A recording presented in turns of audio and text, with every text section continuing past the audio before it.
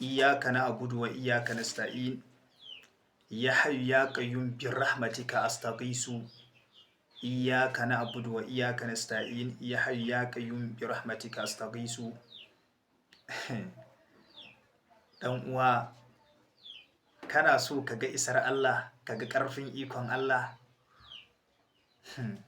Malam ka buga wannan aikin kaga abun mamaki. Iyyaka na'budu wa iyyaka nasta'in ya hayyu ya qayyum birahmatika astaghisu. Dama mun faɗa muku gwalagwalan sirrika ne fa.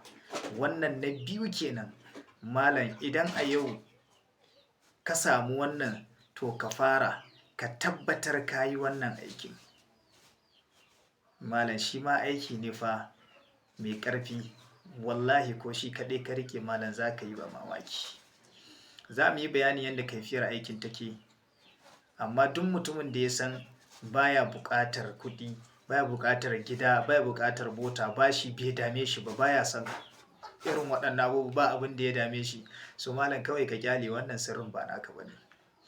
Amma in dai kana da buƙatar kuɗi, gida, mota, bashi ya yi maka yawa, to ka tsaya ka saurare ni, wannan aikin naka ne.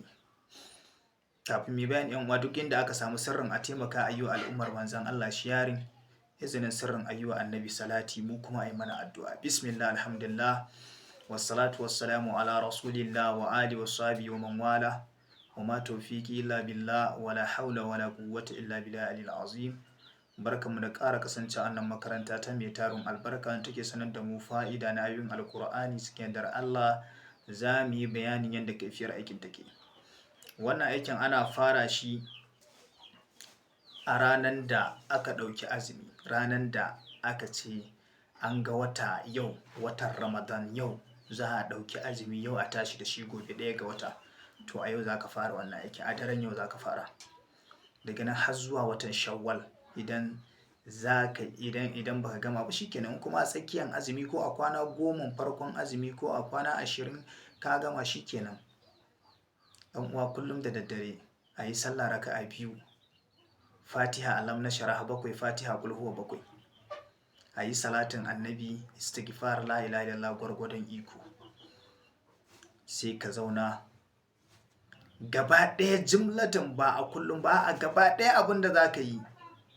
Iyyaka na'budu wa iyyaka nasta'in ya hayyu ya qayyum birahmatika astaghisu. Miliyan 1 ake so ka haɗa ta a watan azumin.